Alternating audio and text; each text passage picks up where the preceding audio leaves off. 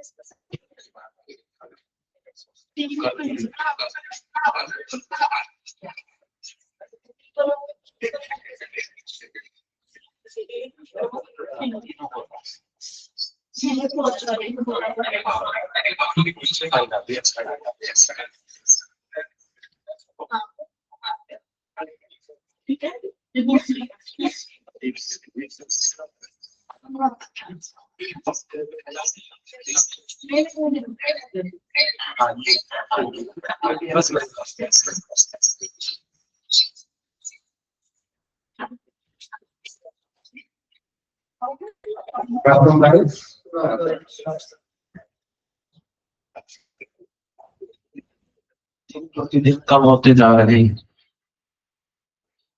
आपकी क्लासेस में आ रहा नहीं है।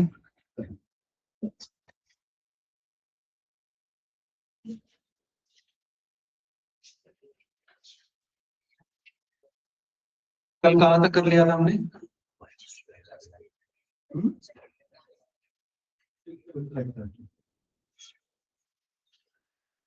उसमें कोई डाउट?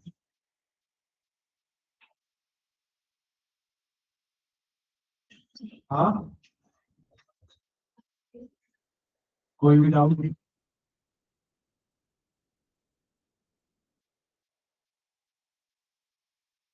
अभी तक जो पढ़ा है उसमें कोई डाउट? कुछ तो बताओ। हाँ ना, पता नहीं। तो सिक्स चैप्टर इज एग्रीकल्चर, है ना? ये हमने किया भी नहीं है। यहाँ से करना है सर, क्वेश्चन यहीं से आएगा। एग्रीकल्चर एंड फूड मैनेजमेंट, तो first is raising productivity. Chapter का नाम में ही नाम को ही दोबारा देखते हैं। तो यहाँ पे मोटिव क्या है? प्रोडक्टिविटी रेज करना। प्रोडक्टिविटी होती क्या है? प्रोडक्शन। फिर प्रोडक्शन और प्रोडक्टिविटी अलग अलग नाम कर देते हैं कुछ। So the question is, what is the difference between production and productivity?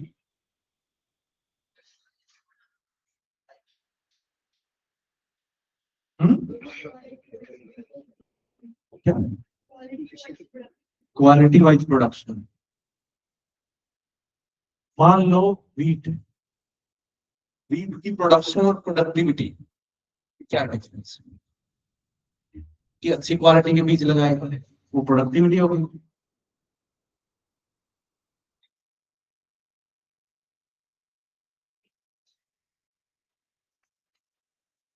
What is the difference between production and productivity?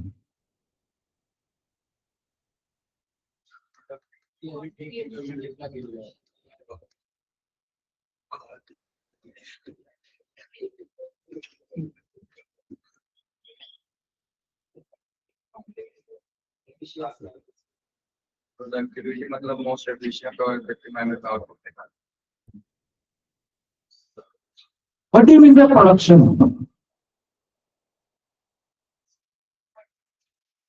The quantity produced.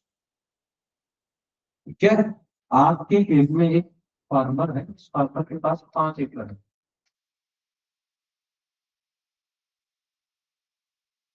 यहाँ पे कैसे लैंड मेजरमेंट होती है? एकड़ में, हेक्टेयर में, बीघा में, कैसे होती है? कितना होता है एक एकड़? हाँ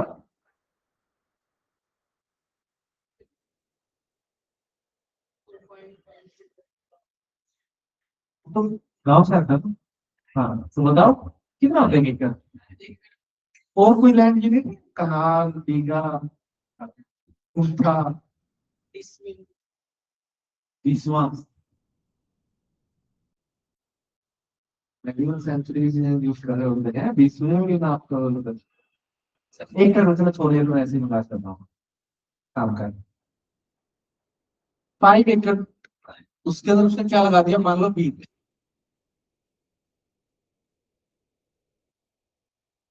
5 एकड़ में 6 महीने बाद या एक साल में जितना भी मान लो ऐसे ही छोड़ देता था आपको टाइम वीट की ग्रोथ वीट तो वीट का कितना प्रोडक्शन हुआ तो मेजरमेंट कैसे मेजरमेंट करेंगे वीट को ग्राम में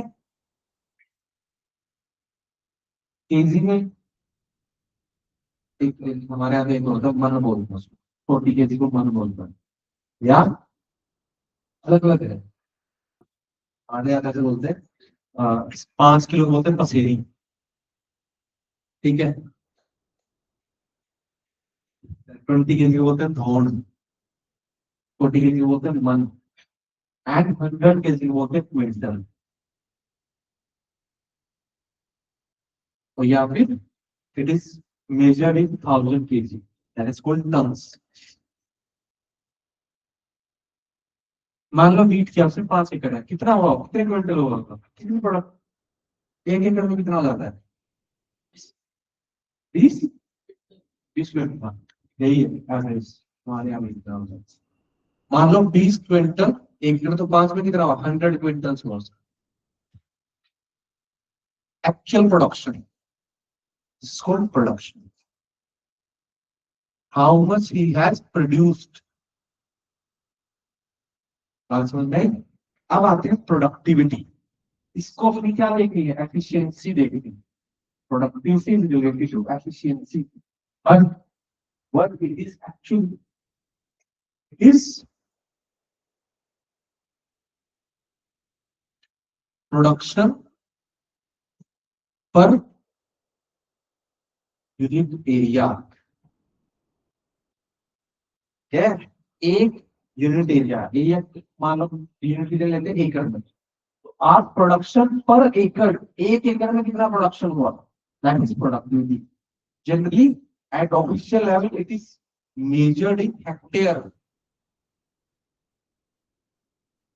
एकड़ के हिसाब से प्रोडक्टिविटी नहीं काउंट होती हेक्टेयर ऑफिशियल मतलब हेक्टेयर के अंदर 2.5 एकड़ होते हैं अभी बता रहा था ठीक है ऑफिशियल तो प्रोडक्टिविटी क्या होगी प्रोडक्शन पर हेक्टेयर 1 हेक्टेयर के अंदर कितना प्रोडक्शन हो आप प्रोडक्शन इंक्रीज करते जा रहे हैं प्रोडक्शन बहुत अलग अलग तरीके से इंक्रीज हो सकता है फॉर एग्जाम्पल प्रोडक्शन को आपको इंक्रीज करना है तो आप ज्यादा लैंड यूज कर लो क्या फर्क पड़ता है ज्यादा लैंड यूज कर लिया आपने आप क्या करोगे कौन से एरिया बढ़ाओगे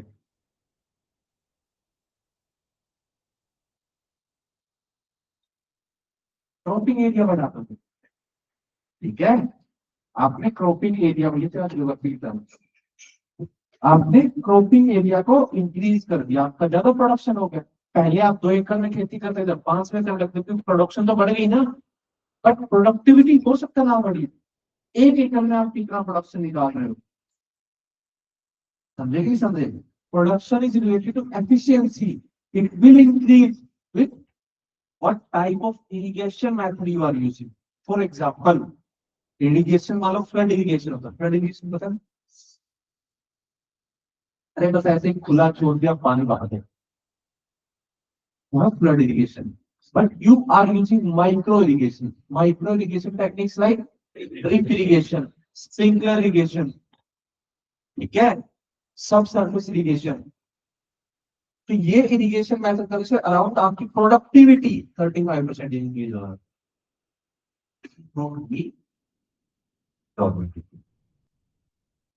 ठीक है 30 to 35% प्रोडक्टिविटी आपकी इंक्रीज होगी बट प्रोडक्टिविटी इंक्रीज होने का मतलब समझते हो, पर एकड़ प्रोडक्शन इंक्रीज हो रहा है। अगर पहले आप 1 एकड़ के अंदर 100 क्विंटल निकाल रहे थे किसी चीज का, तो नेक्स्ट कितना निकालोगे? 135 using drip irrigation method. It can be increased with better seeds. ठीक है ना? अच्छे सीड्स यूज कर लिया आपने.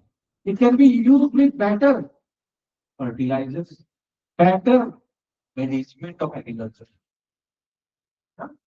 मैनेजमेंट कैसे होगा कि आपको किस टाइम पे एग्रीकल्चर के अंदर किस टाइम पे सोविंग सीजन करना है,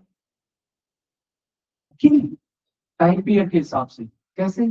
for example you are growing sugar cane छोड़ो, rice.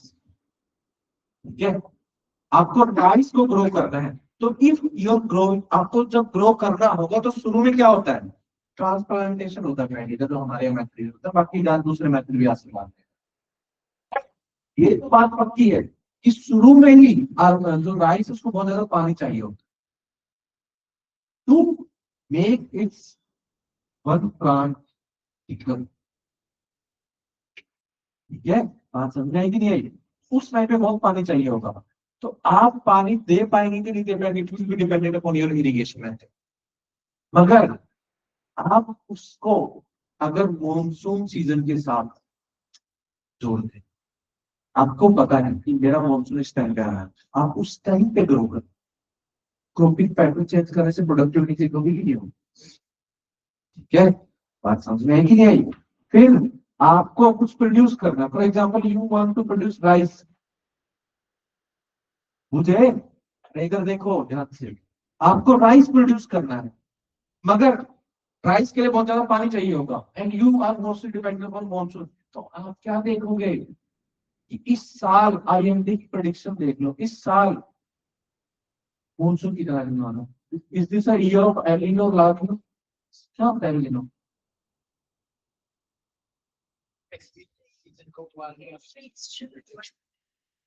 What is El Nino and La Nino? अरे मैं इम्पैक्ट नहीं पूछ रहा. अगर इम्पैक्ट नहीं लाता तो वो अलग फिनोमेना नहीं होता. Ocean currents, it's an oscillation of surface water of Pacific Ocean, Central and Pacific Ocean.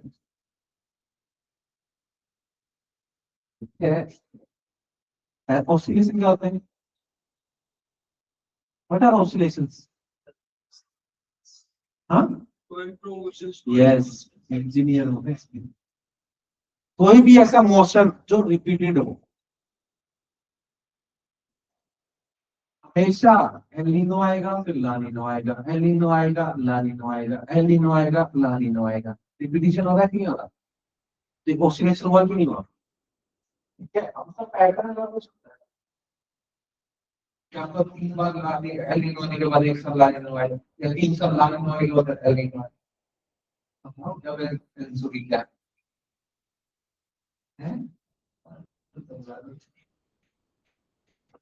तो मैं सिंपली ला देता हूँ गवर्नमेंट.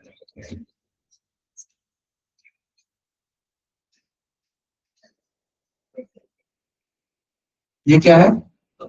South America. ये नॉर्थ अमेरिका. हम इसको ऐसे मतलब लेंगे, इससे मतलब इसको थोड़ा बड़ा बना देंगे.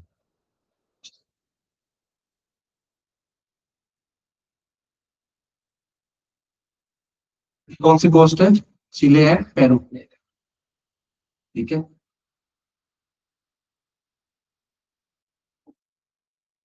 फिर क्या है? ऑस्ट्रेलिया. यहाँ पे चिंटू पीटर चिली. ये है जनरली इक्वेटर. ये बात नहीं चाह रहे. इक्वेटर के ऊपर कैसा पानी होगा?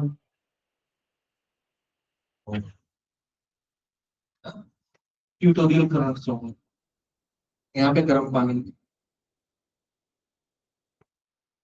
ठीक है, यहाँ पे कैसा पानी होगा? ठीक है, तो जनरली होता क्या है, ऊपर से ऐसे, यहाँ से तो ये ऑस्ट्रेलिया का जनरल नॉर्मल सर्कमस्टांस में, यहाँ पे क्या होता है कि आपका बोर मोट होता है।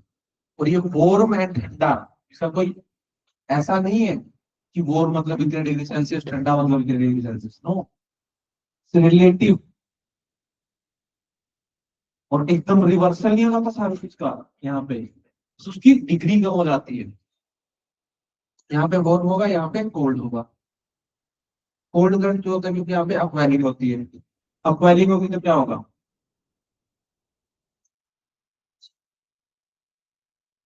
न्यूट्रिएंट्स आएंगे नीचे से, फिशिंग जोन्स होंगे। यहाँ पे फिशिंग इंडस्ट्री बहुत ज्यादा डेवलप्ड है, ठीक है। तो फिशिंग इंडस्ट्री होगी तो फिश अच्छा इनका काम है। तो जहां पे कोल्ड होता है वहां पे एयर क्या करती है, डिसेंड करती है। एयर डिसेंड करेगी और यहाँ से एयर उठेगी, यहाँ से एयर उठेगी कहाँ जाएगी, यहाँ आएगी, डिसेंड करेगी, ठीक है। बात समझ नहीं समझे। और पानी गर्म से किसकी ठंडे की तरफ जाता है, ठंडे से गर्म की तरफ जाता है।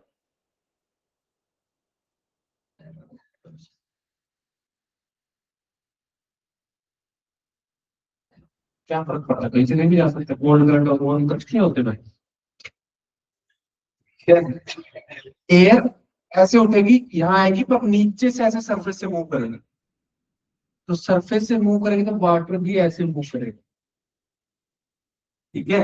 अब ऑसिलेशन कैसे होता है जनरली, ये जो गर्म पानी है ये यहाँ पे मूव होने लग जाता है, क्यों होता है किसी को नहीं पता, किसी ज्योग्राफर को नहीं पता ये क्यों होता है, ठीक है। बस अपनी अपनी अलग अलग थ्योरीज ही है, कोई फुल प्रूफ एक्सप्लेनेशन नहीं है। यहाँ पे गर्म आ जाता है, यहाँ पे गर्म आ गया तो इसके मुकाबले में क्या हो गया, गर्म हो गया, रिवर्सल हो जाएगा, ठीक है। रिवर्सल होगा तो यहाँ पे अपवेलिंग नहीं होगी, इंडस्ट्री डूब गई, समझे। यहाँ से पानी ऊपर उठेगा, हवा हवा ऊपर उठेगा, एक इस तरफ जाएगा, एक इस तरफ जाएगा। तो जो हमारी तरफ आने वाली हवाएं हैं, जो हमारी तरफ मॉनसूनल विंड्स हैं, वो क्या कर देंगे, स्ट्रेंथन करेंगे। जो मानसून ऐसे हमारी तरफ आता है, इसको यहाँ से भी हवाएं आने स्टार्ट हो जाएंगी, है ना। हमारा मानसून स्ट्रेंथन होगा।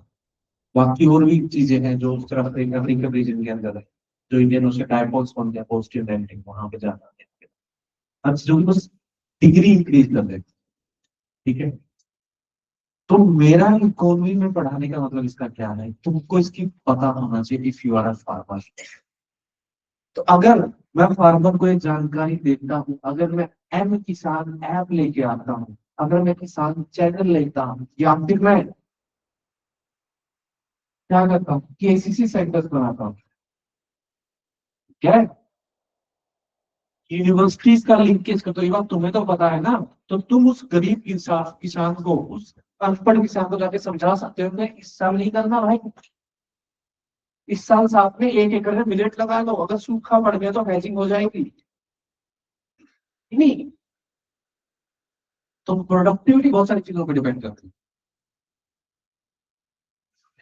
तो प्रोडक्टिविटी बढ़ाने के लिए मैं क्या क्या करूंगा, सारी टेक्नोलॉजी का यूज मैकेनाइजेशन करना स्टार्ट कर दिया मैंने। अगर मैं आपको बोलूं कि भाई ये कुर्सियां उठा के बाहर रख दो, है ना, आप सब लोग एक एक कुर्सी उठाओ बाहर रखो, एक एक कुर्सी उठाओ बाहर रखो, एक एक कुर्सी उठाओ बाहर रखो, थोड़ा टाइम ज्यादा लगेगा ना, इज इट एफिशिएंट, नो। आप लाइन बना रहे हो, उठा उठा के देते रहे आप, ये क्या चेंज हो गई, टेक्निक चेंज किया, मैनेजमेंट चेंज किया, एफिशिएंसी आगे भी नहीं आ गई। हर चीज में यही होगा, management techniques will defend the productivity, the efficiency, will change the efficiency, ठीक है। तो यही सारे काम तो करने हैं मुझे, पानी ही तो देना है क्रॉप्स को, मगर उसकी टेक्निक चेंज कर दिया, एक्टिविटी बढ़ गई। तो प्रोडक्टिविटी बढ़ाना अपने आप में बहुत सारी चीजें हैं। अगर गवर्नमेंट एक एग्री स्टैक बना रही है, स्टैक कहीं पे अभी आता है, कहीं पे भी तुम्हें जिंदगी में स्टैक वर्ड दिख जाए,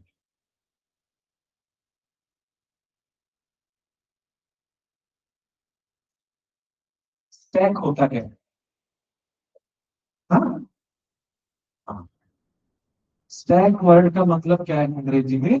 ढेर। भूसे का ढेर हो सकता है, मछलियों का ढेर हो सकता है, अनाज का ढेर हो सकता है, आदमियों का भी हो सकता है। व्हाइट लगा स्टैक लगाती है ना।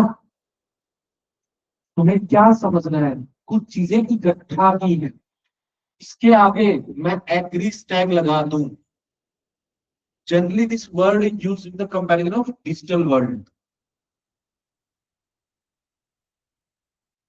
एक वर्ड आएगा इंडिया स्टैक। कुछ नहीं है, जो भी डिजिटल टेक्नोलॉजीज उनको एक साथ कर दिया है। एग्री स्टैक क्या है? एग्रीकल्चर से रिलेटेड जो भी टेक्नोलॉजीज है एक साथ लेके आगे। तो अगर मैं आपको एक साथ टेक्नोलॉजी दे देता हूं तो आप बेटर डिसीजन ले पाएंगे। तो आपकी प्रोडक्टिविटी बढ़ेगी कि नहीं बढ़ेगी? देखिए समझे, इंडिया के अंदर बहुत ज्यादा प्रोडक्शन होता है, सेकंड लार्जेस्ट प्रोड्यूसर है। बट क्या इंडिया एक एफिशिएंट प्रोड्यूसर है? क्या? तो everything we will understand. For example India में बहुत सारी समस्याएं हैं। इंडिया क्या करता है?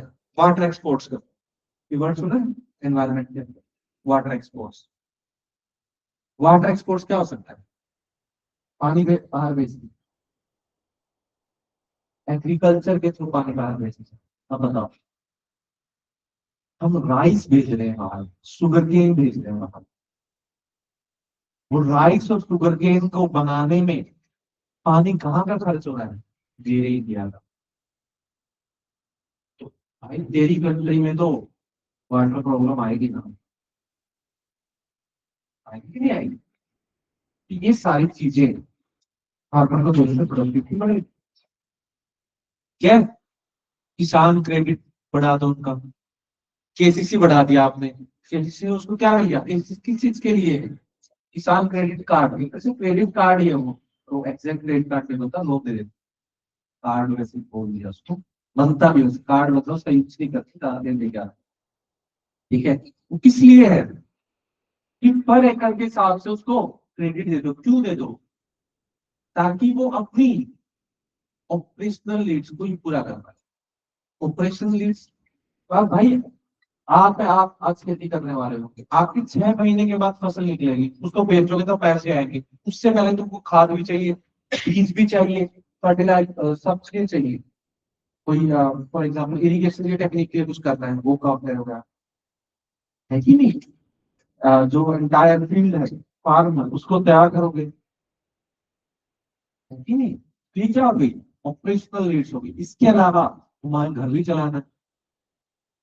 ये बहुत यूनिक चीजें थी कि सिर्फ ऑपरेशनल नीड्स नहीं, घर चलाने का भी पैसा आप दे देना भैया,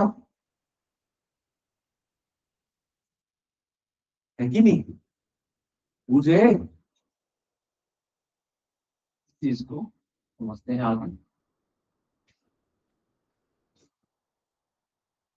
What we talk about raising productivity, मेरा क्या मकसद है? प्रोडक्टिविटी बढ़ाना, ना कि प्रोडक्शन बढ़ाना। एक टाइम था जब मैं प्रोडक्शन की बातें करता था, जब देश भूखा मर रहा था। लाल बहादुर शास्त्री ने एक सिंबॉलिक रूप से संसद के अंदर गेहूं के दाने लगा दिए। कहीं भी हो, जहां भी दिखेगा गेहूं लगाएंगे, जहां भी दिखेगा अनाज लगाएंगे। सीरियल्स क्या है? सीरियल वो वाले सीरियल दूसरे समझे कि नहीं समझे? से इसलिए क्या हुआ, क्या लेके आएंगे? Green revolution.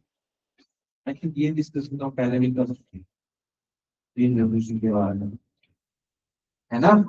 मगर the focus was on production and we have achieved food security. हमारे सारे लोगों को मैं बैठे बैठे खाना खिला सकता हूँ, इतना प्रोडक्शन होता है कंट्री के अंदर। ठीक है, मगर अब बात, अगर मैं फार्मर्स की इनकम डबल करना, अब एग्रीकल्चर को as a way of life से हटा के इसकी तरफ करना है, as a business entity use कर। ठीक है, क्योंकि एग्रीकल्चर एम्प्लॉय 45% और 46% ऑफ पीपल, उसके अंदर जब तक प्रोडक्टिविटी नहीं आएगी तब तक वो वैल्यू प्रोड्यूस ही नहीं करेगा। वैल्यू प्रोड्यूस ही नहीं करेगा तो उसके अंदर जो लोग हैं उनके पास पैसा ही नहीं आएगा। मगर एग्रीकल्चर को सिर्फ आप प्रोडक्शन और क्रॉप से मत समझो, एग्रीकल्चर में एलाइड सेक्टर्स भी है। Allied sectors like life stock. Allied sectors क्यों है? क्योंकि it is directly dependent upon agriculture. अगर, और ये बहुत अच्छी तरीका भी कि मिक्स्ड फार्मिंग बोलते हैं इसको, मिक्स्ड क्रॉपिंग नहीं, फार्मिंग, दोनों में डिफरेंस है। क्या है मिक्स क्रॉपिंग? क्या होती है? हाँ, और मिक्स फार्मिंग क्या होती है? Using live stock with agriculture. तो भाई तुम्हारा जो उसका बाय प्रोड्यूस है, जो मैंने कई बार आज की बात की थी वीट के प्रोड्यूस की, that can be use for as a fodder to the animals. उससे बहुत फायदा होता है। ठीक है, तुम्हारा पता नहीं, हमारे यहाँ एक भैंस 2-2 लाख, 2-2 लाख की एक भैंस है, देख नहीं समझे? सो एंड नेक्स्ट क्या है? Securing income and ensuring food security. Food security और फूड सिक्योरिटी नहीं रही, अब न्यूट्रिशनल सिक्योरिटी होती। ठीक है, मैं अगर बात करूं कि आपने मेल न्यूट्रिशन है, तो तुम्हारे दिमाग में क्या आएगा? तुम्हारे दिमाग में क्या आएगा, सच बताओ। उस इंसान की कैसी न्यूज आएगी, मतलब कैसी इमेज आएगी? पोलियो, ऐसे ही पतला सा हड्डियां निकली हुई है, तुम भी मेल न्यूट्रिशन हो सकते हो। It is one nutrition, body के अंदर न्यूट्रिशन है कि नहीं है। तुम खाना खा रहे हो बट क्या एडिक्वेट जो ह्यूमन बॉडी को न्यूट्रिशन चाहिए वो ले रहे भी नहीं ले रहे? क्योंकि मैं भी हो सकता हूँ, मुझे समझे नहीं समझे? फॉर एग्जाम्पल एक चीज है anaemia. 52% girls are anaemic in this country. 52% समझते हो? आयरन डेफिशिएंसी है उनके अंदर। आधी गर्ल पॉपुलेशन के अंदर आयरन डेफिशिएंसी है।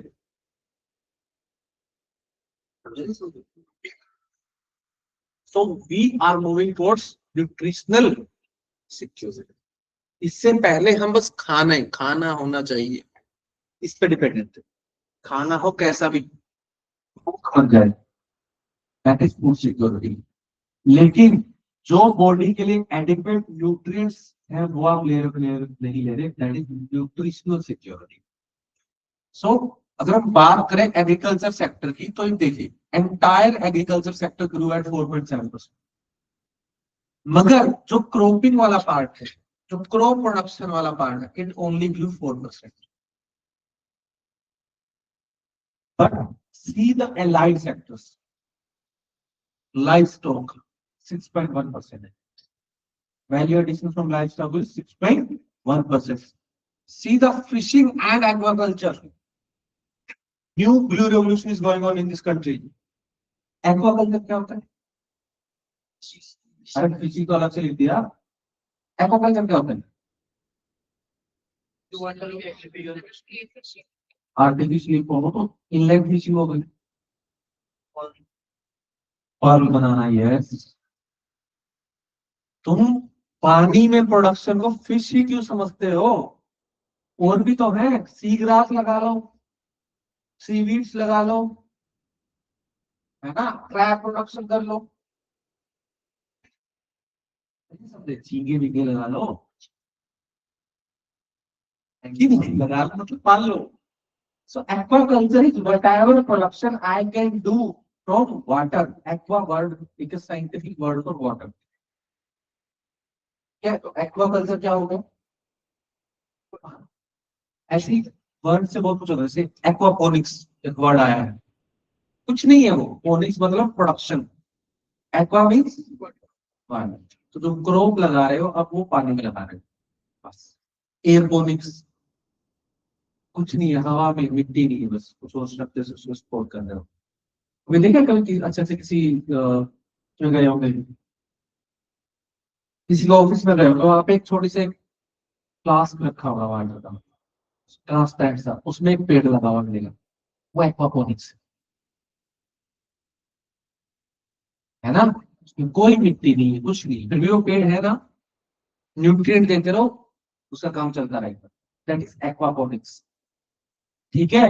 एयरपोनिक्स हवा में लटक रहा है, उसके ऊपर छिड़काव करते रहे हो न्यूट्रिएंट्स का बस, और उसी किसी लाइक स्ट्रक्चर से उसको खड़ा कर दिया बस। That is aeroponics. Aquaculture means a type of agriculture system using, जहां पे प्रीडोमिनेंस ऑफ क्या है, वाटर। बात समझ में आई? तो this is the focus of economic survey, या इस टाइप के कंट्री की क्या फोकस है वो हम समझ में आता है, और हमें ये भी समझ में आता है क्योंकि यहाँ पे जो है, अगर मैं इसको देखूंगा तो मुझे कैसा एक फार्मर की इमेज दिखेगी। फार्मर, है ना, मुंशी प्रेमचंद जी ने जो पूस की रात में दर्शाया है, जो गोदान के अंदर है, वो फार्मर जो तुम्हें नहीं पड़ा होगा सही से। तो देखो, जो नॉर्मली आप समझते हो खेती करता है, जो कौन से वो तमिलनाडु के हीरो है, महेश बाबू। महेश बाबू की जो मूवीज का जो फार्मर है वो वही है ना। But this is different kind of farmer.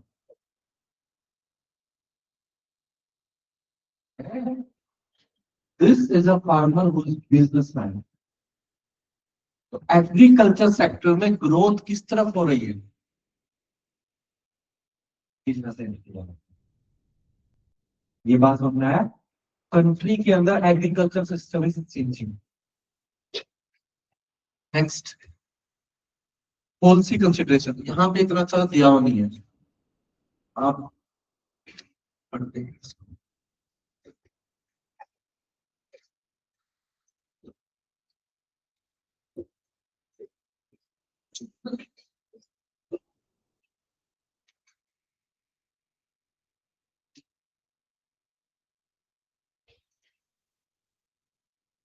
Core theme क्या है? Indian agriculture is transitioning from basic food security to national nutritional security and income generation.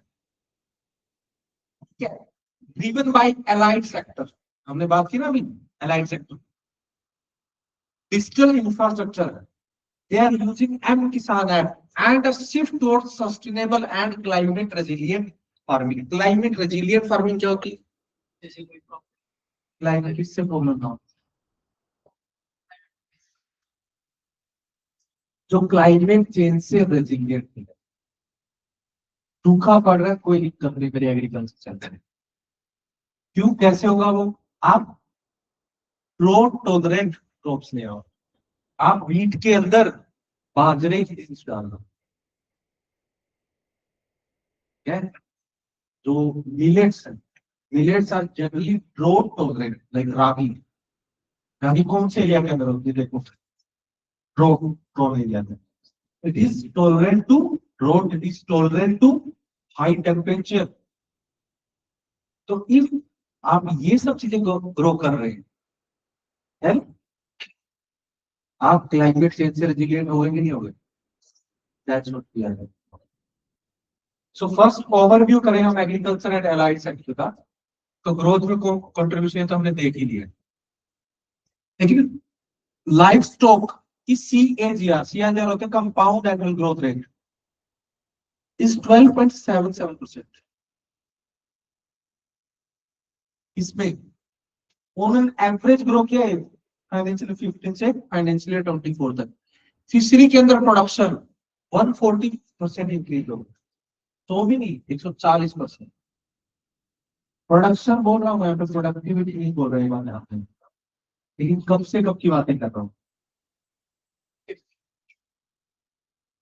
14 से 55। 14 से क्यों बातें कर रहा हूँ? ये कर दिया है मोदी जी ने, तो मोदी ने पूछ लिया। अब ओवरऑल प्रोडक्शन की बात करो तो हमारा फूड ग्रेड प्रोडक्शन देखो, 3,577 लाख मीट्रिक टन। ठीक है, we are more than capable to feed our country. And लेकिन प्रोडक्टिविटी के ट्रेंड बहुत अलग है, यहाँ पे बात आती है। इंडिया और ग्लोबल पर्सपेक्टिव देखो, ग्लोबल पर्सपेक्टिव में एग्रीकल्चर ग्रोथ 2.9% पे है, लेकिन यील्ड में ग्लोबल लेवल पे yield in serial, mazes, pulses, grain global level, हमारी ओवरऑल प्रोडक्शन ग्रोथ कितनी है? 4.7%। वर्ल्ड की ग्रोथ कितनी है? 2.9%। हम आगे बढ़ रहे हैं ना, हमारा ये तो ज्यादा ग्रो कर रहा है, मगर मैं प्रोडक्टिविटी की बात करूं इसमें, सीरियल्स में, सीरियल बताएं क्या होता है? मोटा अनाज। मेज में सर, मोटा अनाज कितना? मोटा अनाज तो मेरे से बोलते हैं। सीरियल्स, मेज एंड पल्सेस, हमारी प्रोडक्टिविटी दुनिया की एवरेज से कम। ठीक है। देन नेक्स्ट एक्सेप्शन, ये इंपॉर्टेंट है, यहां से क्वेश्चन आ सकता है, एक्सेप्शन से पूछते हैं। Groundnut yield, groundnut का मेजर प्रोडक्शन कहाँ है? साउथ इंडिया के अंदर। तो ग्राउंड नट प्रोडक्शन की यील्ड बहुत ज्यादा है, इंप्रूव हुई है। क्यों? क्योंकि policy focus generally Gujarat and Tamil Nadu में, और वेराइटीज में इंप्रूवमेंट, वेराइटीज बोले तो सीड्स। देन लेकिन यील्ड गैप, जो जैसे जो मेजर प्रोडक्शन है हमारा, राइस एंड व्हीट, कहाँ पे होती है? राइस का मेजर प्रोड्यूसर कौन है?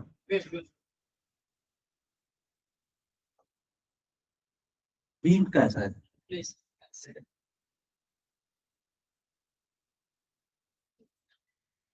देख लो एक बार,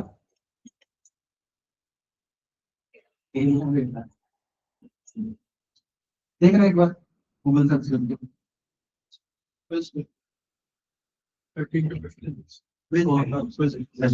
सेकंड में यूपी है, ऐसे ही व्हीट के अंदर। ठीक है, मतलब कहाँ पे हो रही है? नदर इंडिया, गंगेटिक प्लेन्स में हो रही है। यहाँ पे आपकी जो प्रोडक्टिविटी देखें, यील्ड जो है वो नेशनल एवरेज से भी कम है। क्यों? कि क्लाइमेटिक स्ट्रेस है यहाँ पे, गरीबी भी यही है। गरीबी अगर है तो मतलब गवर्नमेंट की स्कीम्स का मेजर इफेक्ट नहीं पड़ रहा है।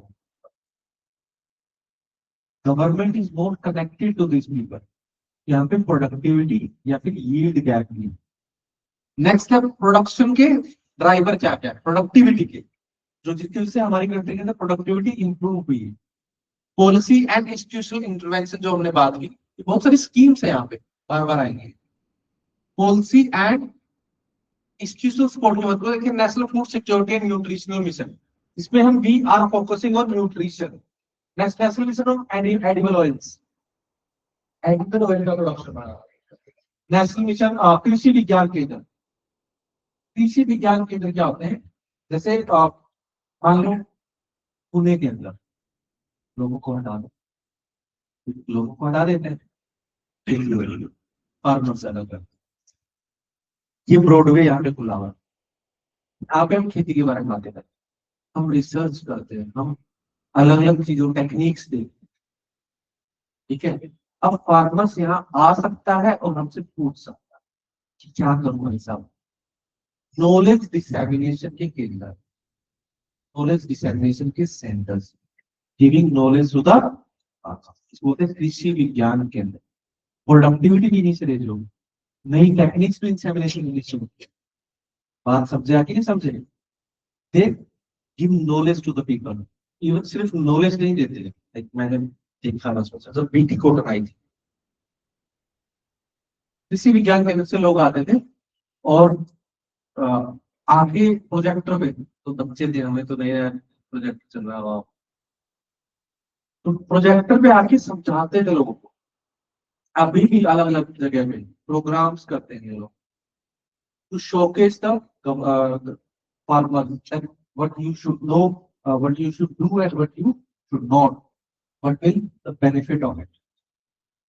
Okay, next promotion of FPO, FPO क्या होते हैं?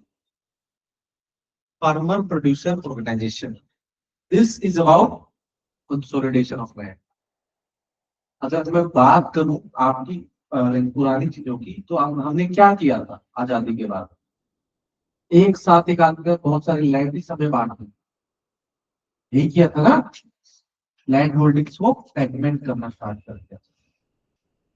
लैंड रिफॉर्म्स ऐसे ही नहीं थे, सबसे पहले लैंड रिफॉर्म्स में था अबोलिशन ऑफ जमींदारी सिस्टम। ठीक है, जमींदार कौन थे? Intermediaries between king and agents. Absentee landlordism बोलते हैं उसको। आपके पास 50 एकड़ है, कोई दिक्कत नहीं, अगर आप खेती करने वाले हो, खुद खेती करने करो, आप क्या करोगे?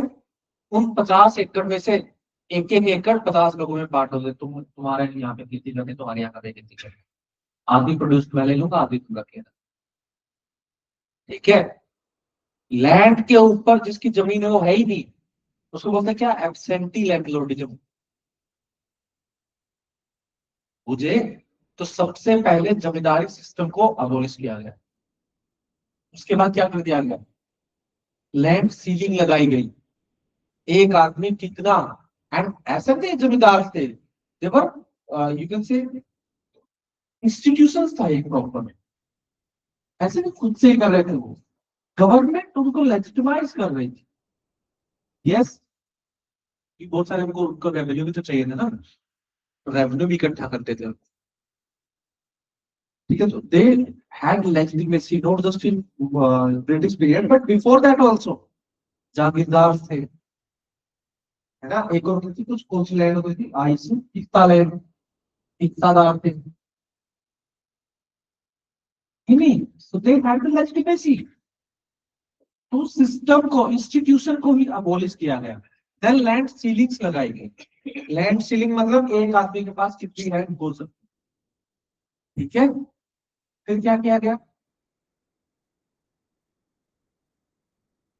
Giving land to the dealers, जो एक्चुअली में खेती कर रहे उसको लैंड के राइट्स दिए गए। लो है, मुझे समझे नहीं समझे? लैंड बांटी गई। अब लैंड बांट दी जाएगी तो एक आदमी के पास बहुत थोड़ी थोड़ी लैंड आएगी, कितने लोग करवाने, तब भी बहुत। और उसके बाद जब वो तो एक बार कर दिया, जो लास्ट स्टेप था वो कभी नहीं हुआ। ये फिर भी हो गया, और ये भी हर जगह नहीं हुआ। It happened a lot in northern parts, Haryana में हुआ, वेस्टर्न यूपी में हुआ, मगर बिहार में नहीं हुआ, बंगाल में नहीं हुआ। अगर आप अभी भी जाके देखोगे, अगर आप बिहार के गांव में जाके देखोगे तो क्या होता है ना, एक आदमी होता है, वही उसका क्या बोलते हैं, सरपंच बोल देते हैं, लेकिन उसकी कोई उसका वर्ड है तो, हाँ? अरे विधायक, मुखिया, मुखिया होता है, उसके पास बहुत सारी लैंड होती है, बाकी के पास थोड़ा होता है, एक कट्ठा दो कट्ठा ऐसे। ठीक है, वो अभी हुआ नहीं। क्यों नहीं हुआ? क्योंकि लैंड से ही तुमने जो लगाई थी उसमें लूप होल्स थे। ठीक है, लूप होल्स में आपने 1% पे लैंड लगाई ना, मैंने अपने बेटे के नाम पर, मेरे पास 100 एकड़ थी, मेरे घर में 5 लोग थे, 500 के पानी, राशन कार्ड तोड़वा दी। It's all about political will. और ये सारे के सीलिंग लॉज स्टेट वाइज। अगर तुम अभी फॉर्म भरने वाले हो ना, जो जो ओबीसी कैटेगरी के पर्सन है, फॉर्म भरोगे तो वहां पे प्रॉपर आएगा ओबीसी का कनेक्शन। उसमें पूछा जाएगा लैंड सीलिंग कितनी है, तुम्हारे पास कितनी लैंड है, इज इट इरिगेटेड लैंड और अनइरिगेटेड लैंड। मुझे सब भरना है, भरने से पहले कंसल्ट कर लेना, गड़बड़ मत कर लेना उसके अंदर। वहां पे land ceiling is according to state law. तो स्टेट अगर लैंड सीलिंग ही तुम्हारी बहुत ऊपर है तो तुम कैसे बांटोगे? तुमने जमींदारी सिस्टम तो खत्म किया ही नहीं ना, है कि नहीं? So that was the issue. लेकिन एक लास्ट उसको बोलते हैं लैंड पूलिंग। ऐसा नहीं कि एक एक एकड़ बांट दिया आपने, एक एक एकड़ बांटने में बहुत बड़ी प्रॉब्लम। आपके पास 1 एकड़ लैंड है, आप क्या करोगे उसका? खुद के लिए, खुद के खाने के लिए उसमें आप यू डू द फार्मिंग, और बेचने के लिए करोगे। Even if you want to sell the crops, कितनी बिकेगी? मान लो आपने 20 क्विंटल आपके यहाँ पे हुई, आपने 10 क्विंटल खुद के रख ली, 10 क्विंटल बेच ली है। अब 10 क्विंटल बेच के तुम शहर जाओगे तो क्या करोगे? कोई ट्रांसपोर्टेशन का साधन करोगे, उसके उससे ज्यादा उसकी कॉस्ट आ जाएगी। क्यों महाराष्ट्र का एक किसान देते हैं ऑनियंस को बहा देते हैं? देखो ना ये सारे, ये दूध बहा दिया, टोमेटो पे बहा दिए, सड़क पे बहा दिए, इसका मतलब क्या होता है? क्यों कर रहे हैं ऐसा? आपको लगे पागल है, कुछ तो बेच ले। अगर सोचा हुआ कभी, क्योंकि उसको लेके जाने में इतनी कॉस्ट आ जाएगी जितनी उसको मिलेगा नहीं। समझे कि नहीं समझे? इसका दूसरा मेथड क्या है? तुम्हारा सबके पास एक एक एकड़ जमीन है, और एक और चीज, आप उसके अंदर मैकेनाइजेशन नहीं कर सकते। 1 एकड़ के लिए तुम खुद का ट्रैक्टर नहीं खरीद सकते, रेंट पे लाओगे वो महंगा है। नई इरिगेशन टेक्निक नहीं लगा सकती क्योंकि तुम्हारे पास इतनी कैपिटल ही नहीं है कि तुम स्प्रिंकलर इरिगेशन लगा दो।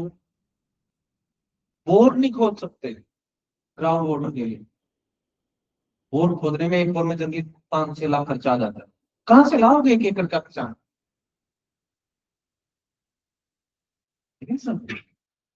इंस्टीट्यूशन क्रेडिट नहीं होगा तुम्हारा। अभी तो किया, पहले नहीं था। बात समझे? That was the issue. And जब शुरू में एक बार लैंड बांट तो इतनी नहीं दी थी, ठीक है, और तब तो फिर भी जितनी भी थी ठीक ठाक थी। उसके बाद हम लोगों ने एक और प्लांट कर दिया ना, बच्चे पैदा कर दिए। Because average age at the time of independence was only 30 year. अभी एवरेज एज कितनी? लाइफ एक्सपेक्टेंसी कितनी है? 72 हो गई, 68 69 थी, 72 हो गई। पहले इतने बच्चे पैदा होते थे, ज्योग्राफी में पढ़ा है क्या?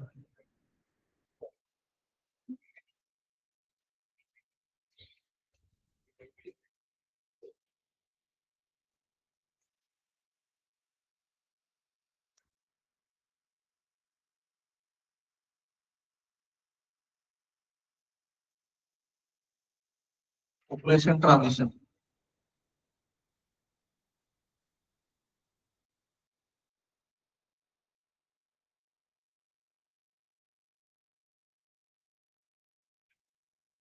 ये जो येलो में है, ये है बर्थ। यहाँ पे टाइम, यहाँ पे है रेट्स, और ये जो है ये है डेथ,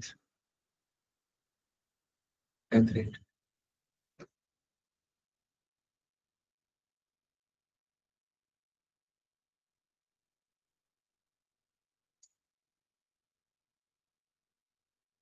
एनसीईआरटी खोली है तो ट्वेल्थ वाली, हिम्मत जो करती है उसमें है सर। ये 4 स्टेजेस होते हैं। This is the first stage, second, third and fourth. इस स्टेज के अंदर प्रीमिटिव होते हैं। प्रीमिटिव होता है मतलब हमारे पास टेक्नोलॉजी नहीं है, हेल्थ टेक्नोलॉजी नहीं है, एजुकेशन नहीं है। आपके पास क्या नहीं है? फैमिली प्लानिंग की अवेयरनेस नहीं है, एजुकेशन वगैरह नहीं है, और हेल्थ में बहुत ज्यादा लोग मर रहे। तो बहुत ज्यादा लोग मरे तो आपकी डेथ रेट भी बहुत हाई है। एंड मर रहे हैं तो एक ह्यूमन का, हमारा जो शुरू में जो नेचुरल फिनोमेना होता है कि बच्चे बहुत, हमको अपना आगे बढ़ना, ठीक है, वी वांट टू प्रोपोगेट। सिर्फ ह्यूमंस नहीं, सारे ही एनिमल्स का है। तो आप ज्यादा ज्यादा बच्चे पैदा लगाओ, तो आपकी बर्थ रेट भी बहुत हाई है। सेकेंड स्टेज में थोड़ी सी टेक्नोलॉजिकल इंप्रूवमेंट हो, और टेक्नोलॉजिकल इंप्रूवमेंट जनरली होती है हेल्थ सेक्टर। सबसे पहले मौत को रोका जाना है ना। बात समझे कि नहीं समझे? तो मौत रुक गई, आप डेथ रेट अचानक से रिड्यूस हो गई। मगर बर्थ रेट कितने जरूरी थी? क्यों? अभी भी आपके साइकी में है कि बच्चे मरे थे। शुरू शुरू में आपके देखोगे, जैसे मेरे दादाजी जो थे, एक्चुअली बता रहा हूँ, मेरे दादाजी 19 भाई बहन थे, 19, ठीक है। 5 लड़के थे, बाकी लड़कियां। जिंदा रहे थे अराउंड 9 से 10, जिनकी शादी हुई। 3 लड़के बच गए थे, बाकी लड़की। क्यों मर रहे हैं? क्यों इतने बच्चे पैदा हो रहे हैं? क्योंकि लोग बहुत ज्यादा मर रहे हैं। वो साइकी अभी चेंज नहीं होगी। मैंने अपना देश आजाद हुआ तो हेल्थ इंफ्रास्ट्रक्चर में खर्च हुआ, हेल्थ इंप्रूव हुई, लाइफ एक्सपेक्टेंसी बढ़ गई, मगर सास ने तो वही जमाना देखा था ना, तो वो तो बहू को बोलेगी ना उनसे पता करो। लेकिन समझे, उस साइकी से मेरी बर्थ रेट कम नहीं। This is the phase. इसमें क्या है, पॉपुलेशन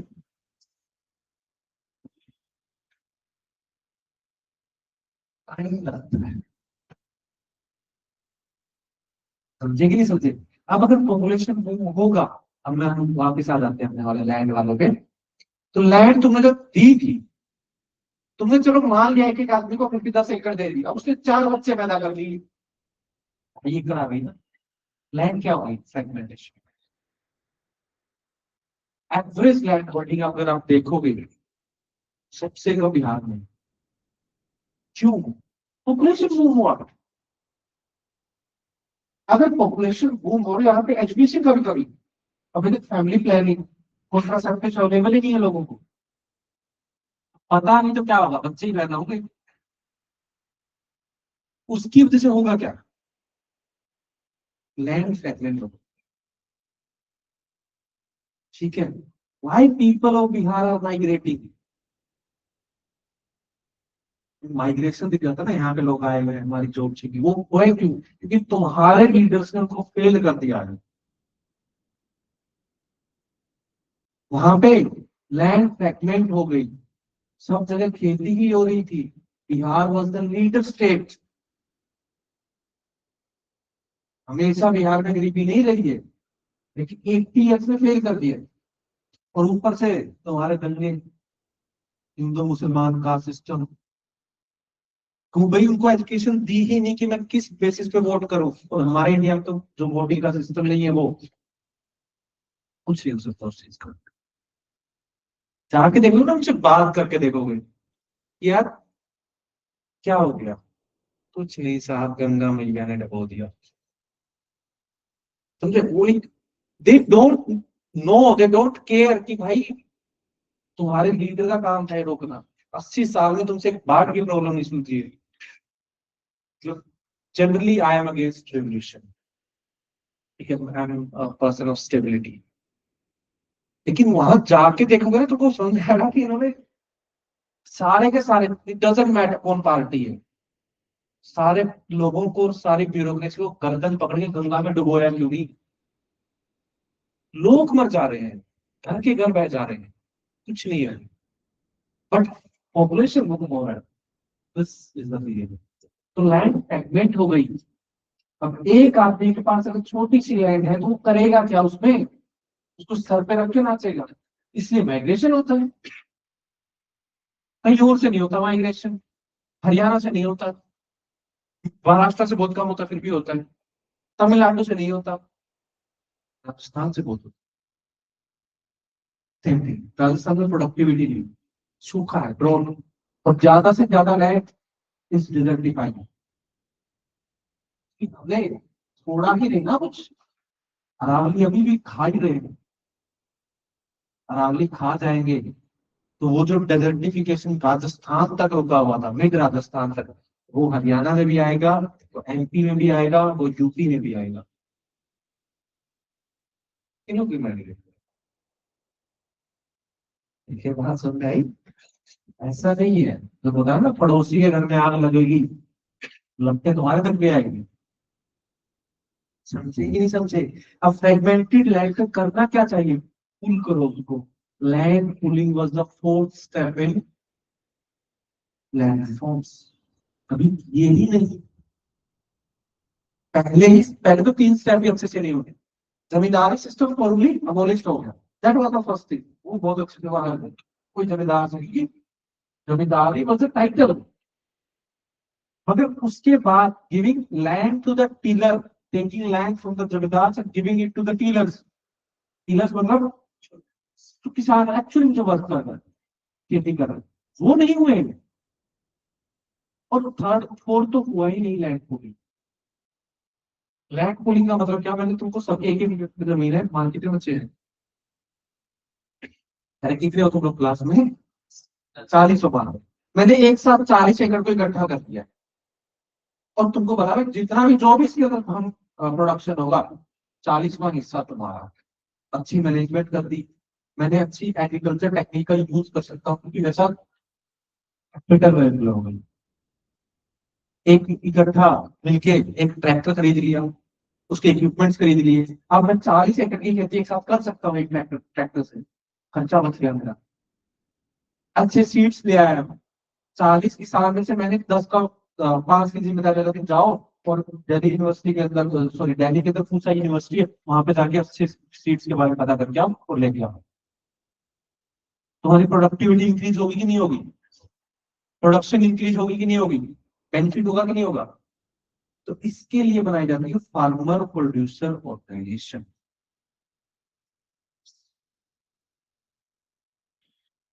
बात समझ आई, that was the, that is being done. Then insurance through PM Fasal Bima योजना, कृष्णोत्ती योजना, कृषि की उन्नति कर रहा हूँ हिंदी में, क्योंकि आज मैं क्या करूँ, क्या ऐसी गवर्नमेंट है। That means agriculture improvement, digital agriculture mission, digital technologies को प्रोवाइड करना to the farmers, access to high yielding seeds, ऐसे सीड्स में की yield बहुत ज्यादा है, उनकी एक्सेस देना लोगों को। देन एश्योर्ड इरिगेशन थ्रू, ये सब क्या है, पॉलिसी एंड इंस्टीट्यूशन स्पोर्ट्स है, इंस्टीट्यूशन सारे के सारे, कृषि विज्ञान केंद्र बना दिए, एफपीओ बना दिए, है ना, ये सारे डिजिटल, लेकिन बाकी क्या है, पॉलिसीज है, नेशनल मिशन, ये सारे। Then there is input support, providing input support to farmer, like high yielding seeds दे दिए, assured irrigation through प्रधानमंत्री कृषि सिंचाई योजना, इस योजना where we are developing the irrigation, we are covering more and more land, cropping land into the irrigation। अभी कितनी है, अभी भी 60% of India's land is rainfall dependent। then soil health cards, question लिखो, सर्च करके आना तुम्हें, ओवर दे रहा हूं। तुम्हारा एक हेल्थ कार्ड है ना, ऐसे सोइल पे एक हेल्थ कार्ड है, एक प्रॉपर लैंड का हेल्थ कार्ड होगा, इसके अंदर क्या क्या चीजें हैं, तो मेरे 12 इंडिकेटर्स है इसके अंदर। I will check this health card based on 12 indicators. आपका होमवर्क ये है कि उस 12 इंडिकेटर्स को कौन से, ठीक है, what are the 12 indicators present in soil health card. Then fertiliser subsidy में दो तरह की सब्सिडी, ठीक है, फर्टिलाइजर में एक तो है डायरेक्ट, यूरिया के ऊपर दी जाती है, it is dependent upon the total weight of the fertiliser. And there is another subsidy that is given in potash, that is given in urea में क्या होता है, नाइट्रोजन होता है, पोटास, पोटाशियम, फॉस्फोरस, इनके ऊपर nutrient based subsidy, and it provides subsidy based upon how much nutrients are present there, ठीक है, न्यूट्रिएंट के हिसाब से मैं सब्सिडी दूंगा। न्यूट्रिएंट मतलब कि भाई, क्योंकि एक फॉर एग्जांपल तुम्हारे पास 1 kg का फर्टिलाइजर है, उसमें मैं 1 kg का फर्टिलाइजर नहीं दूंगा, उसके अंदर मैं पूछूंगा तुमसे पोटाशियम कितना है, 1 kg में पोटाशियम हुआ 5 ग्राम, तो 5 ग्राम की सब्सिडी दूंगा, ठीक है, बात समझे कि नहीं समझे। Then there are Kisan credit cards, जो मैंने पहले भी डिस्कस कर चुका। Then there are establishing custom hiring centres, custom hiring centre बहुत अच्छी चीजें हैं इंडिविजुअल फार्मर्स का। इंडिविजुअल फार्मर को क्या क्या चाहिए होगा, एक ट्रैक्टर चाहिए होगा, एक ट्रॉली चाहिए होगी, सीडिंग मशीन चाहिए होगी, स्प्रे मशीन होती है ना, एक किसान कैसे खरीद के लेके आएगा, ठीक है, क्या होना चाहिए, गवर्नमेंट सब्सिडी देते हैं ना, ये करती है, अच्छा काम करो। और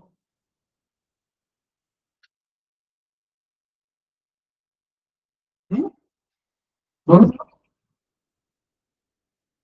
हाँ, रेंट पे रेंट कौन देगा? Government.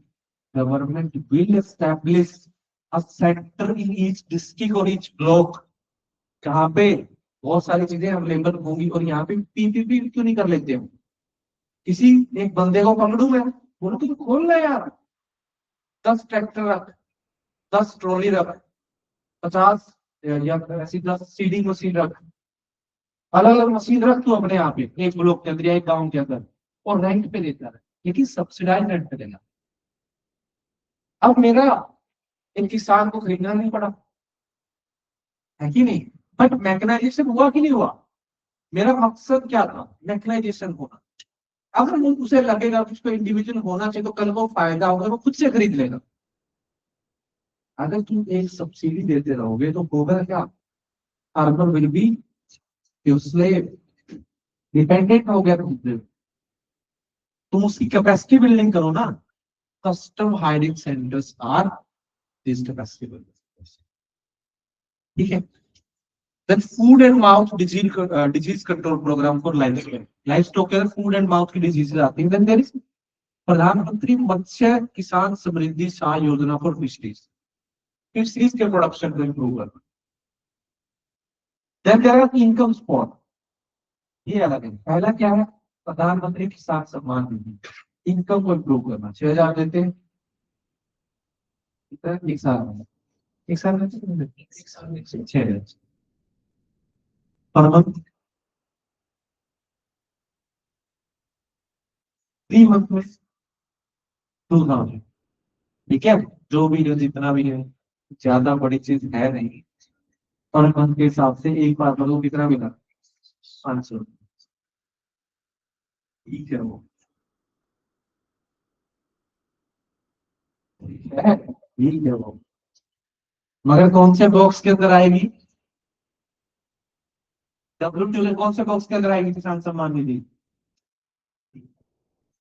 Because it is not link to production. बुझे ना? Next minimum support price. Minimum support price का मतलब क्या हुआ? किसान को आए फार्मर को मैं एश्योर कर रहा हूं कि your produce will be sold at this minimum price. ठीक है। इस जो मिनिमम प्राइस होगा, या तो आप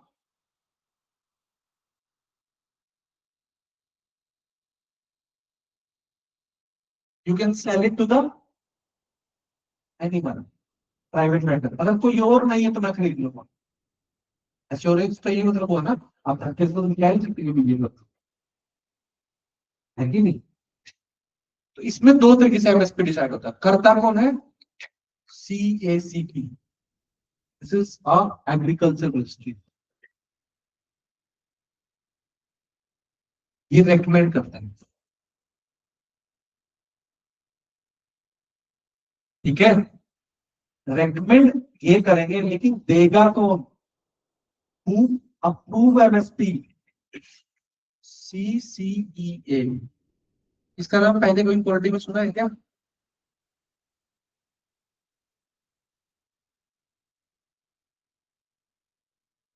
बंद करो यार, मैंने ही पढ़ा है। हाँ हाँ, cabinet committee on economic affairs, ये अप्रूव एमएसपी। अब ये रेकमेंड करेंगे तो इसका बेसिस क्या होगा? आई थिंक मैंने पहले भी बताया है। इसका बेसिस किस अलग अलग हो सकता है कि तुम एमएसपी मतलब कितना देंगे तुमको एश्योर्ड प्राइस, बट कितना एक्चुअल कॉस्ट,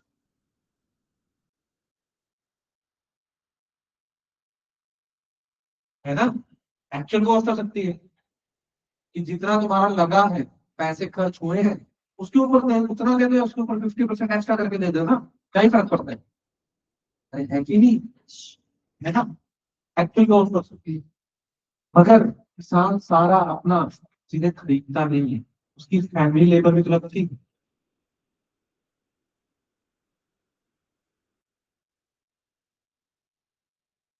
इन दोनों को मिला दो तो बोला जाता है A2। फैमिली लेबर मीन्स अगर it is hiring someone to do it, that is actual, that comes under actual cost. Actual cost में क्या क्या है? Seeds, fertiliser, irrigation, and electricity, जो भी खर्चा हुआ, मुझे एक और, इसको C2 बोला जाता है। C2 में एडिशनल कॉस्ट जो हम काउंट करते हैं, एडिशनल कॉस्ट मतलब रेंट बाय बॉन्ड,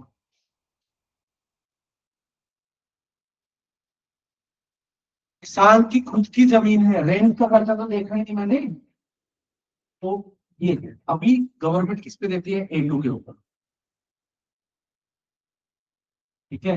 और भी बहुत सारे खर्चे होते हैं, rent bye bond, if any farmer is using livestock in that, for example, he is using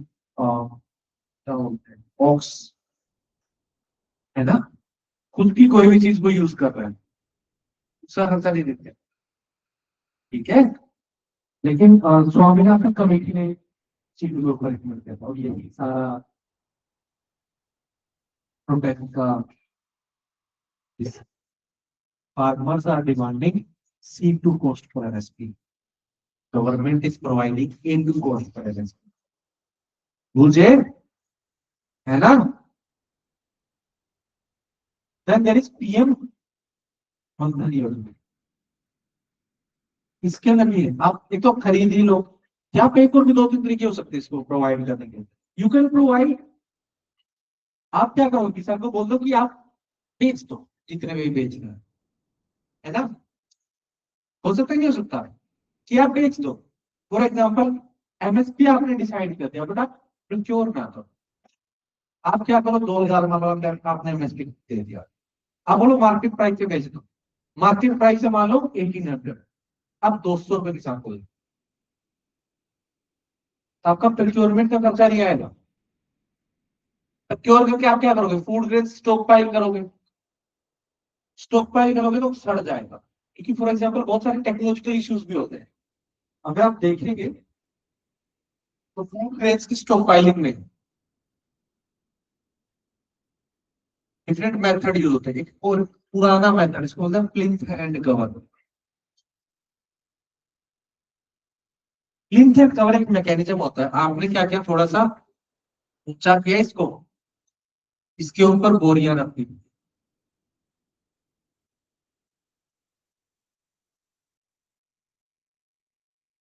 और फिर इसको तिरपाल से ढक दिए, फिर देखोगे ऐसे रखा होता है, this is called plinth and cover. But तिरपाल फट जाएगा, बारिश होगी, खराब, एंटायर क्रॉप वेस्ट, ठीक है। तो दिस मेथड को अब क्या नहीं किया गया कि भाई यहाँ पे क्या बनाओ, वेयर हाउसेस बना लो, मुझे है कि नहीं। और ऐसा है, जितनी भी हम प्रोक्योरमेंट लेती थी गवर्नमेंट, तो FCI की है, फूड कॉर्पोरेशन ऑफ इंडिया, उसका एक और काम है फूड देना लोगों को, तो अन्नदाता अन्न योजना कुछ है ना, फ्री में भेज दे रहे हो, कोई से तो आएगा ना, FCI के गोडाउन से आता है। FCI एक और इश्यू करते हैं, इसमें 40% खराब लगता है,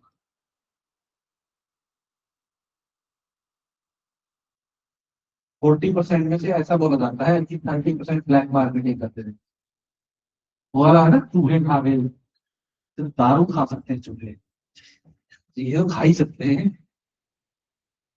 बहुत तरह के सब यहाँ पे लीकर वैन होती है, गुजरात, महाराष्ट्र, बिहार, ज्यादा दारू नहीं मिलती, मतलब गुजरात का तो खुला है, कोई दिक्कत नहीं। मेरे दोस्त भारत दर्शन होंगे ना, बताते हैं वो आराम से जो चाहो वो मिलती है, बिहार में तो थोड़ी सी सस्ती मिलती है, ठीक है। तो ये सब है क्या, एक मेथड से मेथड इम्प्रूवमेंट, ये बात है, ठीक। अब चलो आते हैं एक्चुअल इकोनॉमिक सर्वे क्या कह रहा है।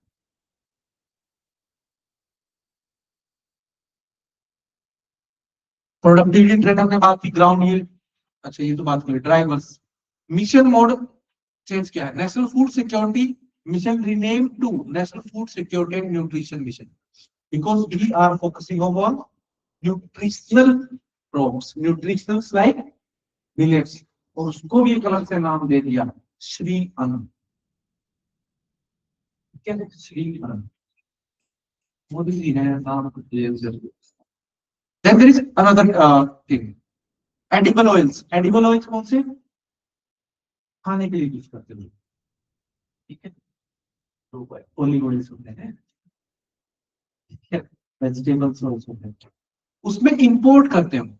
तो लेकिन अभी इसकी जैसे जो ऑयल पाम, ऑयल सीड्स, इनका प्रोडक्शन बहुत इंप्रूव हुआ और इंपोर्ट डिपेंडेंस पहले 63% अब इंपोर्ट कर रहे हैं, 63% जो भी खाते हैं, अब वो रिड्यूस हुआ है, 56% हुआ है। कुछ तो हुआ। Ethanol trade off, ethanol trade off क्या है? एक इथेनॉल ब्लेंडिंग का प्रोजेक्ट चलाया है। I will making ethanol from,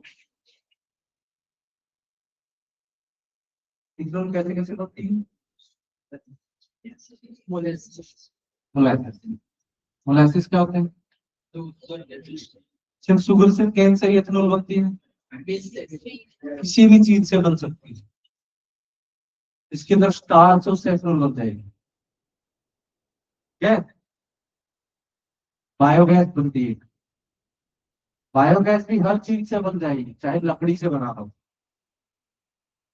और जिस चीज के अंदर स्टार्च है उससे बन जाएगी, बस उसकी प्रोडक्टिविटी डिफरेंट होगी, कितनी बनेगी मुझे। तो अब मैं क्या कर रहा हूँ, एथनॉल ब्लेंडिंग के प्रोग्राम चला रही, मगर एक ट्रेड ऑफ है। अब अगर मैं डाइवर्ट कर रहा हूँ एथनॉल की तरफ, किसको?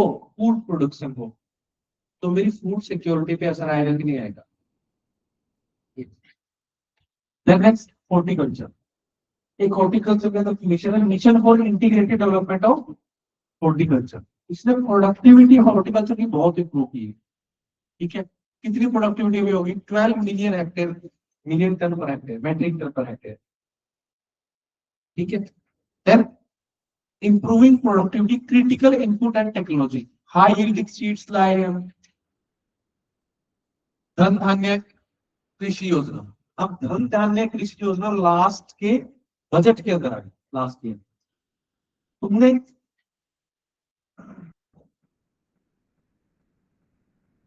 स्कीम का नाम सुना है? एस्पिरेशनल डिस्ट्रिक्ट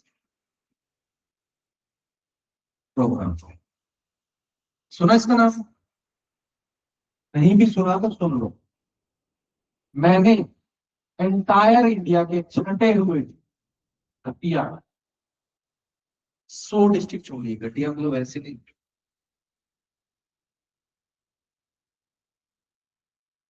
जहाँ के सोशल इंडिकेटर्स गर्भ में गए हुए, सोशल इंडिकेटर्स नहीं आ रही, डेवलपमेंट नहीं है, वहां पे गरीबी बहुत ज्यादा है। मैंने एक काम किया था ना, तुमको तो बताया पॉवर्टी नापते टाइम कैसे कैसे नाप सकते हैं, बॉक्स वाली चीज बताई थी ना, क्या थी वो?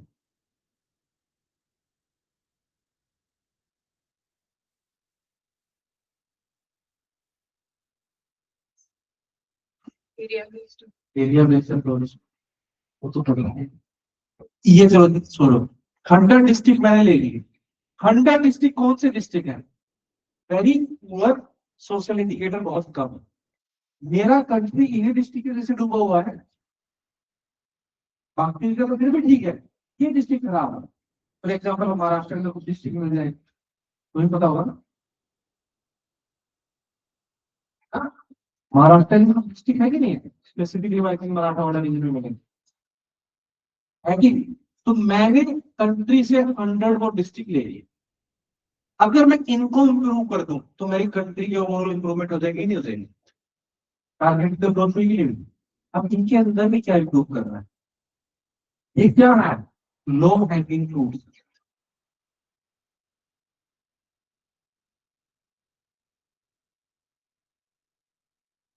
अब इनके अंदर तो बहुत सारे दिखते हैं, गरीबी की कमी है, एग्रीकल्चर प्रोडक्शन नहीं है, इंडस्ट्रियल नहीं, इंडस्ट्रियलाइजेशन नहीं है, तो हर कोई इकोनॉमिस्ट अपने अपने हिसाब से बोलता रहेगा। ये कर दो, ये कर दो, ये कर दो, ये कर दो, ये कर दो, है ना। तुम बोलोगे सर्विस सेक्टर ले आओ यहाँ पे, मैं बोलूंगा मैन्युफैक्चरिंग सेक्टर ले आओ, कोई और बोलेगा भाई एग्रीकल्चर ही कर दो। वो तो किसी किसी से सकता है ना, है कि नहीं। तो यहाँ पे जो लो हैंगिंग फ्रूट्स है, मतलब आप कहीं से कुछ पेड़ से फ्रूट्स तोड़ने गए, तो तुम क्या कर सकते हो, पर चढ़ोगे तो तोड़ोगे, गिर गिर गए टांग मार टूट जाएगी, ठीक है? लंगड़ा के चलोगे, क्या करोगे, जो सबसे पास है वो तो खा लो पहले। इसके अंदर भी बहुत जो जल्दी से इंप्रूव किया जा सकता है, जिसके ऊपर क्वांटिटेटिव इंप्रूवमेंट दिखेगी मुझे, ये कहा था, ठीक है। हर एक डिस्ट्रिक्ट की कुछ ना कुछ स्ट्रेंथ है, मेरे को पहले मैं देखूंगा कि इस डिस्ट्रिक्ट में क्या हो सकता है। किसी डिस्ट्रिक्ट में एग्रीकल्चर इंप्रूव कर सब कुछ हो सकता है, कर दो। किसी डिस्ट्रिक्ट में क्या है, इंफ्रास्ट्रक्चर ही नहीं, रोड बना दिए, हो गया ठीक। नहीं, सबकी अलग अलग डिमांड्स और सबकी अलग अलग इश्यूज, है ना। तो मैंने क्या कर दिया, ये डिस्ट्रिक्ट इम्प्रूवमेंट, इससे मैंने देखा कि बहुत ज्यादा इंप्रूवमेंट हुई। सेम स्कीम, ऐसी ही सेम स्कीम में लेके आया हूँ, पीएम धन धान्य।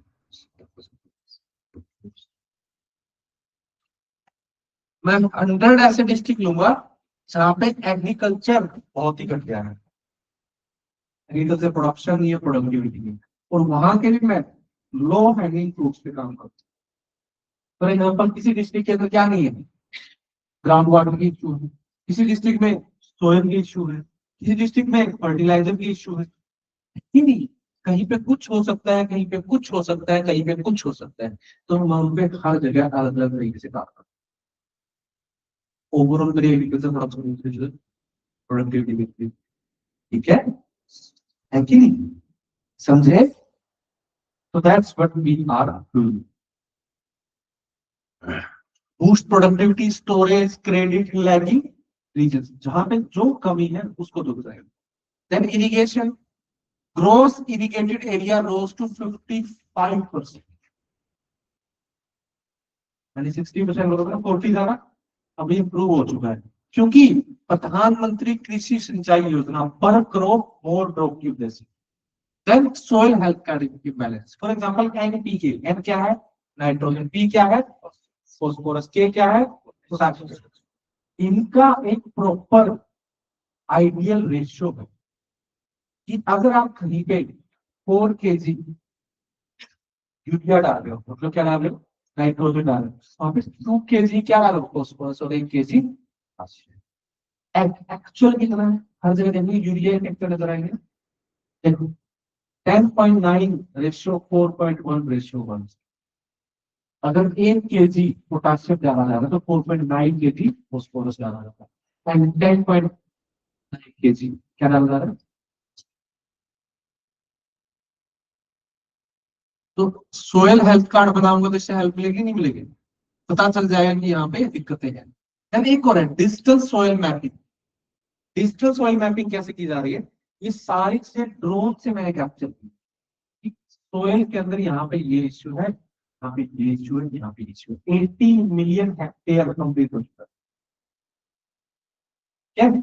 Next agriculture credit and mechanisation, वही सारी चीजें क्रेडिट कैसे दिया, ग्राउंड लेवल में 28.9 लाख करोड़ हो चुका है। किसान ऋण पोर्टल, ये इंपॉर्टेंट, किसान ऋण पोर्टल, इससे होगा क्या, मैंने किसान क्रेडिट कार्ड तो बना दिए मगर किसी को मिल ही नहीं रहा है, क्लेम देना, डुप्लीकेशन ना हो, ये सारे काम कर देंगे। देन मैकेनाइजेशन 25,689 ओवरऑल एवरेज 2600 या 2500 क्या होगा, इतना तो मत किया करो यार। अराउंड 26,000 मैंने क्या बनाए हैं, कस्टम हायरिंग सेंटर्स, इतने डिस्ट्रिक्ट नहीं है, that's what I have done. Then allied sectors में प्रधानमंत्री मत्स्य किसान समृद्धि सहाय योजना, इसमें क्या है, न्यूक्लियस ब्रीडिंग सेंटर्स बनाए। न्यूक्लियस ब्रीडिंग क्या है, बच्चे मछलियों के बच्चे पैदा कर रहा हूँ, ब्रीडिंग कर रहा हूँ, फिर दे देता हूँ। Then there is infrastructure and marketing support, agri infrastructure fund बनाया है। Services ATMA, ATMA. Then there is price and support, PM Kisan, ये तो हम पढ़ चुके हैं ना।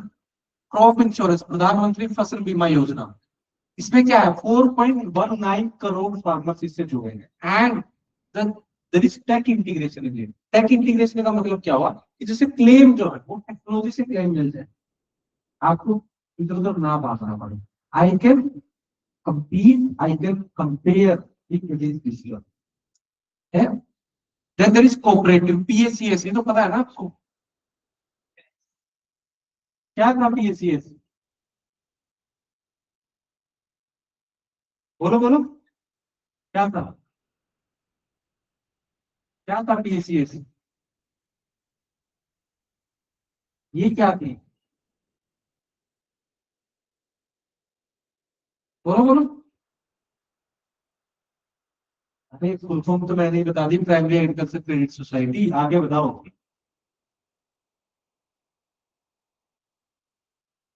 बताओ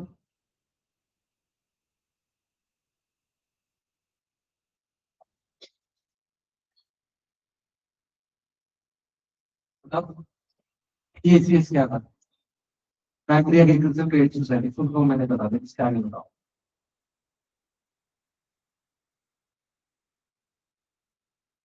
हाँ पढ़ा था, थैंक यू। कोऑपरेटिव बैंक क्या है ये?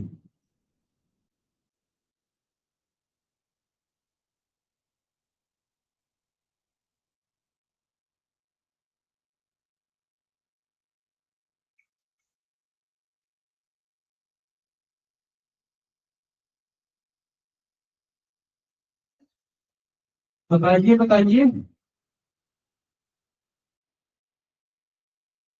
कैसी कोऑपरेटिव, अर्बन है कि रूरल है? रूरल के अंदर तीन तरीके की बताई थी ना, district, state and primary agriculture credit society, है कि नहीं? बताई थी ना। ग्राउंड लेवल पे सबसे स्मॉलेस्ट कोऑपरेटिव यूनिट्स, ठीक है। देन कंक्लूजन, डिजिटल इंफ्रास्ट्रक्चर लेके आओ, एफपीओ लेके आओ, वगैरह वगैरह करो, बकवास चीजें करो, आगे आगे आ जाएगी सर्विसेज पे। From stability to new frontiers, है ना? वो लोग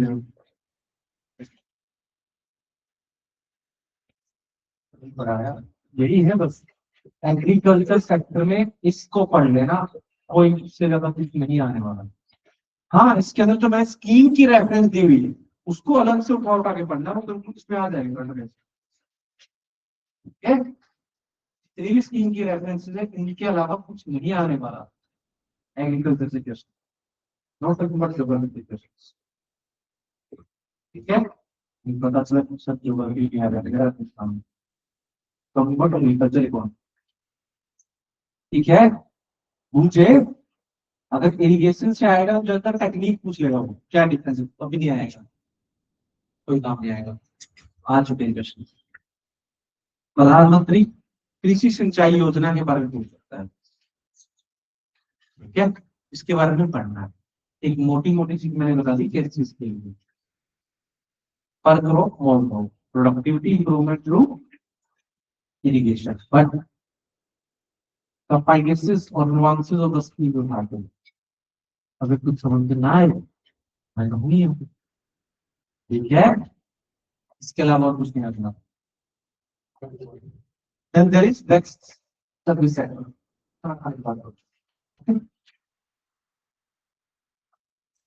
थोड़ा मूड हो गया हो, मैं तो चाहता था तुमको बहुत ज्यादा पढ़ा दूंगा, सारा कंप्लीट करा दूं, तुम लोगों ने शक्ल देख के गया मुझे कि हमारे ऊपर एकदम से बहुत सारी इंफॉर्मेशन ड्रॉप हो गई है ना, तब जा रहा है बस, नथिंग बट डेटा इंफॉर्मेशन, समझने का नहीं, समझने का है बोलने से। एपीएमसी क्या होते हैं? सब्जी मंडी।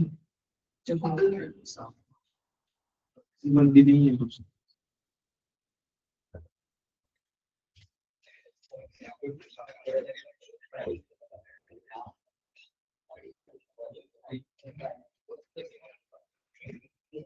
एग्रीकल्चर प्रोड्यूस मार्केटिंग एस क्या?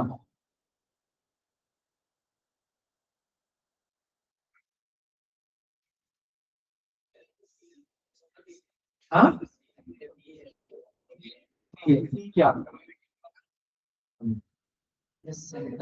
जहाँ पे आप एग्रीकल्चर प्रोड्यूस को बेचते हैं। Got it? सब्जियों के लिए नहीं थी, ग्रेन मार्केट सोचे चलो। सब्जियों के लिए आप बना, क्योंकि अब हमने हॉर्टिकल्चर पे फोकस करना स्टार्ट कर दिया। ठीक है मुझे। We'll meet at 4 बजे। आज मत जाना, 2 चैप्टर इंपॉर्टेंट आने वाले, इंडस्ट्री एंड सर्विस जो आपने नहीं किए हैं। ठीक।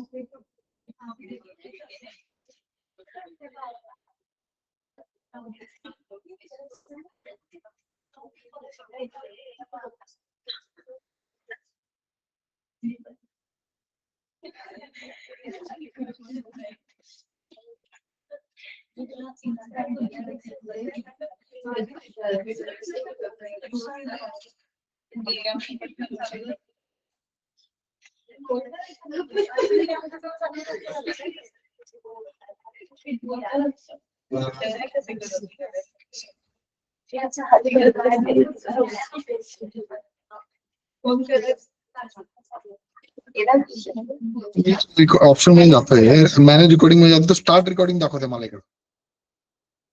ठीक आहे, एक मिनिट थांब.